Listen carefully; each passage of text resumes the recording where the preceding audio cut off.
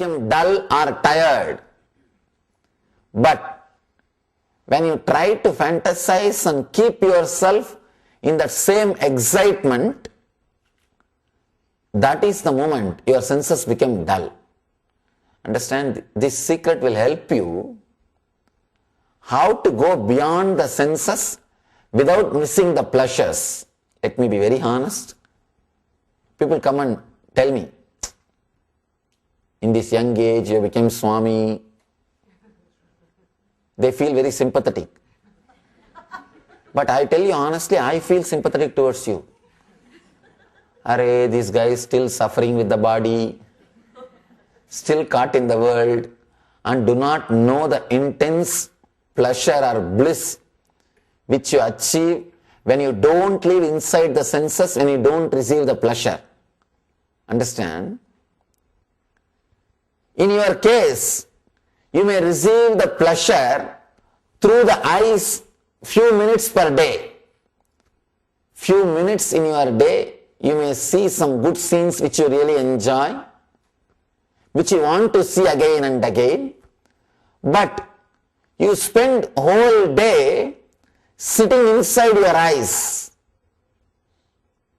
What I mean by the word sitting inside your eyes and spending whole day is, you can see, even while you are not enjoying the pleasure or beautiful things through your eyes, lot of things will be crashing inside your eyes.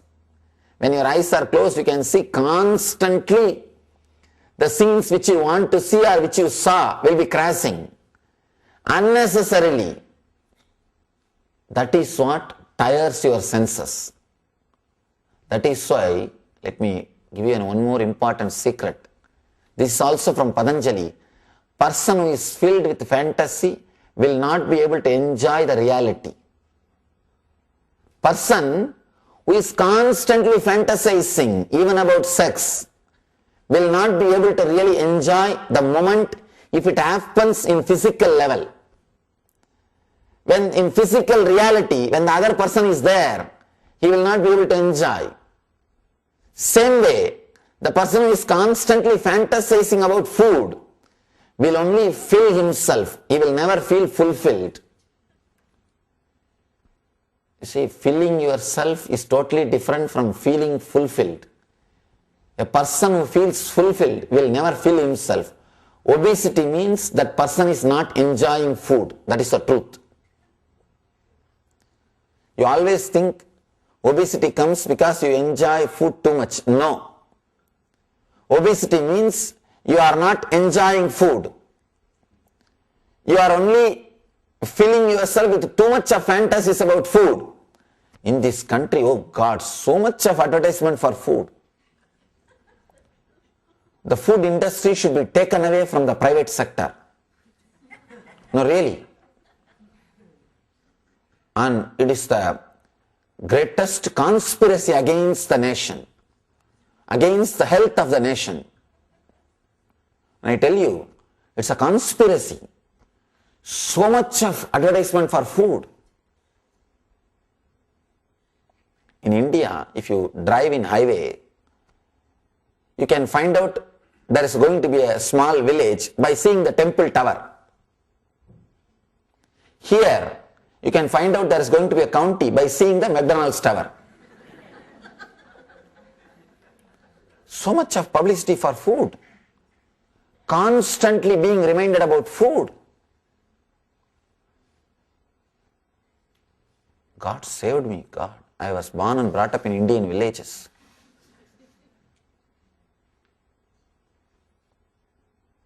And you should cook and eat.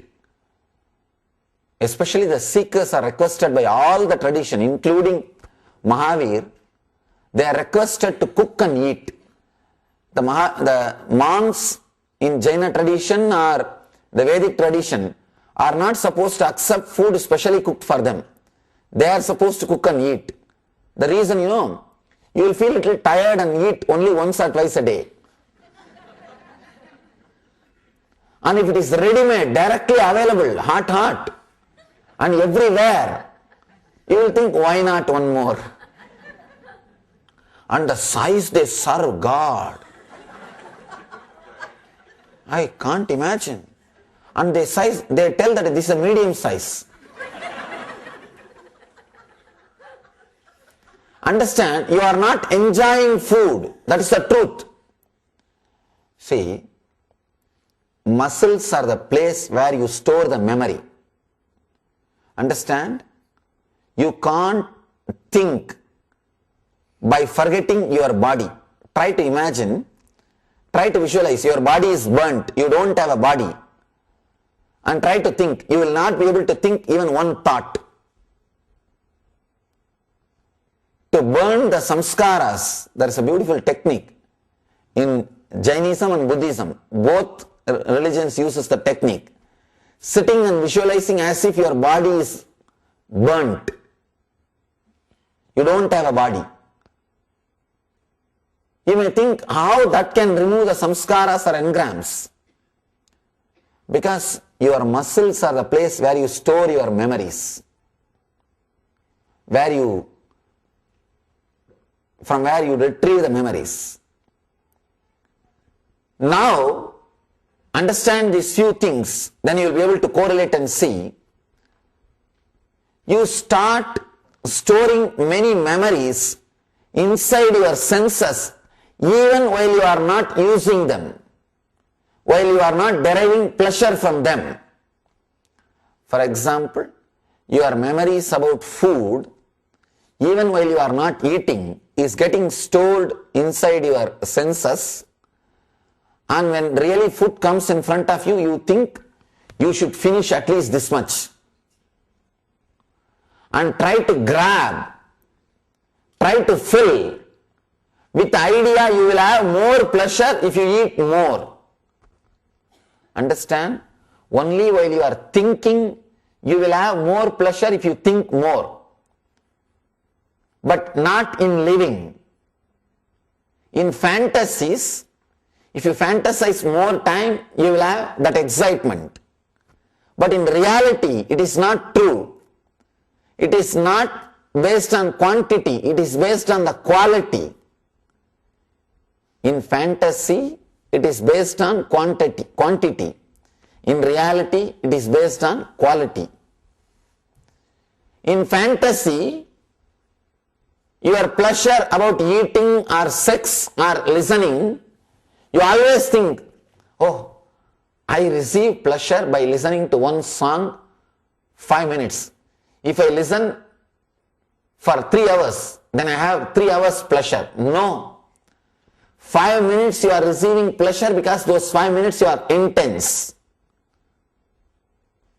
Try to do that same thing for 3 hours. What happens? But in fantasy, you always calculate based on your logic. In fantasy, you are not in reality. You conveniently forget important data. You conveniently forget many important data for pleasure.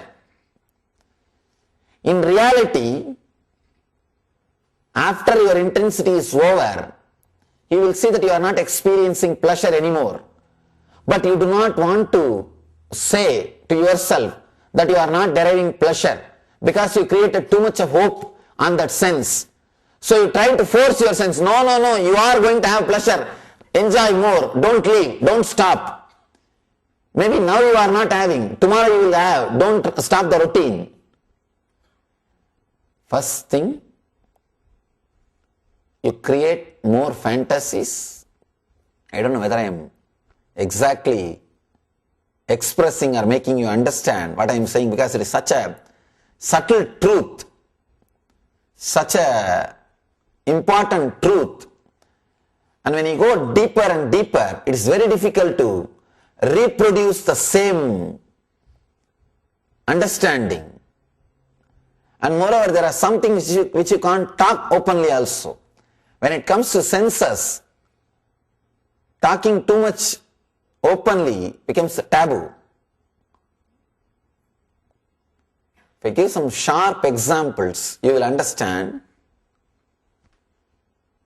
In fantasy, whether it is seeing or touching or tasting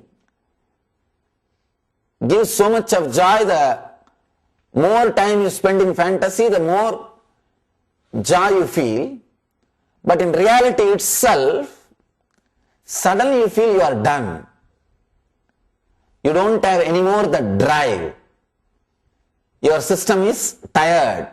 It wants to move away from the food or the sense pleasure or the object. Why? See, the sense, eye or tongue or the touch, that sense is there, the object is there, your power, your energy, consciousness is there. The object comes and touches the senses and connects with your connects with your consciousness. All three of them are there together. As long as you feel excited or new about the object which you are enjoying, the moment you think, oh, I know this object, once it becomes known, your consciousness moves away to something else, then even if the sense objects are touching your senses, you don't derive pleasure. Think now, are you clear? Once your consciousness moves away, even your sense objects are touching your senses, it is no more pleasure. But now you feel empty because you expected too much from your sense objects. You had too much of expectation from the sense objects. You were thinking they will give you totally different thing. They will show you a different world. You do not understand the limitations of senses. And you think you will derive the pleasure eternally. No. But now you do not want to accept the reality, it is not going to be eternal because you believed it. You tell your senses, no, try once more, try little more. Try little more. We will have it. We can have it. You force. The forcing happens because you have more memories about those sense objects or those pleasures, then you can enjoy. You have more memories than your capacity. That is where the difficulty starts. Actually, living the simple, innocent life, when your senses wants to enjoy, you come in contact with sense objects and your senses are enjoying, and the moment you feel that you know this joy, and you relax, and the sense objects also relax, is such a beautiful experience, such an innocent phenomena. It is so beautiful, it will only enrich your senses. You will never feel tired. But our lives are not so simple. Our lives are not so simple. We do not let go so easily, so freely, so joyfully. We catch, we hang on. Even after our senses are telling us, enough, we are done, relax, you say no. Who said? Once more. Let's have once more. Just trying to be more greedy because of too many memories recorded inside the senses. Here only we create problem. And not only that, staying inside those senses when it is not necessary also. As on now, you are not really enjoying. There are some senses which you are not really enjoying. But it's not that you come away from them. You think, who knows, any time I may get some object.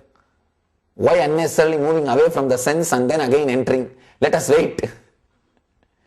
You wait inside every sense. That is why you are not full in any sense. Because half of your energy is sitting with your eyes, half of your energy is sitting with your ears, half of your energy is sitting with the tongue, half of your attention is sitting with a touch, then how do you think you will feel fulfilled with one sense? No. So Mahavir, when he says here, go beyond five senses of touch, smell, sight, taste and hearing, he is not telling you to kill the senses. He is telling you to live inside only when it is required. You may ask, how to do that? How to do that? The best way is, whatever you are enjoying, be intense, so that your whole attention comes away from other senses.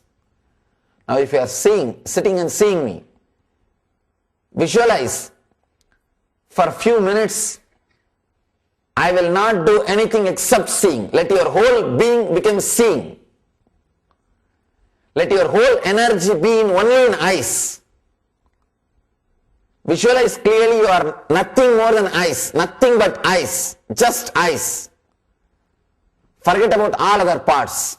Visualize there is only two eyes on the sky and seeing me, seeing what is going on. Forget all other senses. Suddenly you will see this rose will look more deeper way. This green will look greener. You will see the things more intensely. You will see the things deeply. You may not need these focus lights. You need these focus lights because you have lost light in your eyes. Your seeing is corrupted. Your seeing is covered by a film of thinking. You have always a film in front of you which is called thinking. As long as you have that film, thinking film in front of your eyes, you will never be able to see. You will never be able to see the reality. Anything, same way. Sit in your chair and touch something for 5 minutes and visualize that you are alive only in that few inch space.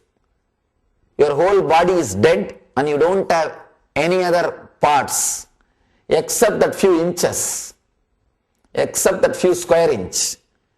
Be alive only on that. Suddenly you will see your whole attention and energy is gathering towards one sense. This is what we call pratyagara, means moving away from unnecessary senses. Understand, pratyagara does not mean moving away from all senses. I am not even asking you to move away from all senses. If you move away from all senses, you will fall into depression. No. Move away from unnecessary senses. The senses which are not directly useful. Which are not directly useful in that moment. This moment, naturally you don't need few of your senses. For example, taste. Now you don't need the taste. Because you are sitting and seeing. You may need eyes and ears. Move yourself completely to that. And relax from all other three. Smelling, touch and taste. Just move yourself away from all three. And be only hearing and seeing. Suddenly you will see, you become intense. The tiredness or feeling sleepy will disappear. You feel sleepy if you are distributed to all your senses. You do not have that intensity. That is why you feel tired, you feel sleepy, and you are thinking of something else, and you are sitting here.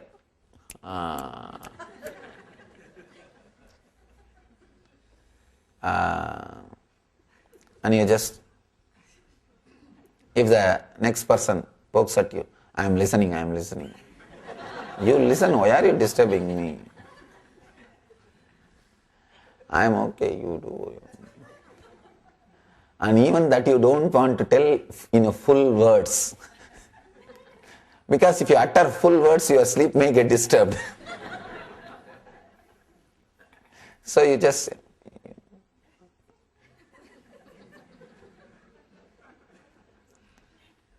listening in a deep meditative mood. Good listener is a person who is thinking of something else. That is the truth. I always tell people, please do not meditate while you are listening. Because actually I know that they are not meditating. Sometimes it becomes too much to keep your eyes open. You just feel like, why not have a small or just a few minutes. And one more thing, me talking is like a lullaby. Sometimes I give a break. See, actually, if I give a break, they wake up. In India, people who have got houses near the train, near the railway track, if the train does not crash and create sound, they wake up from bed. Understand? They are tuned. If the train does not come on time, and if the sound is not created, that noise is not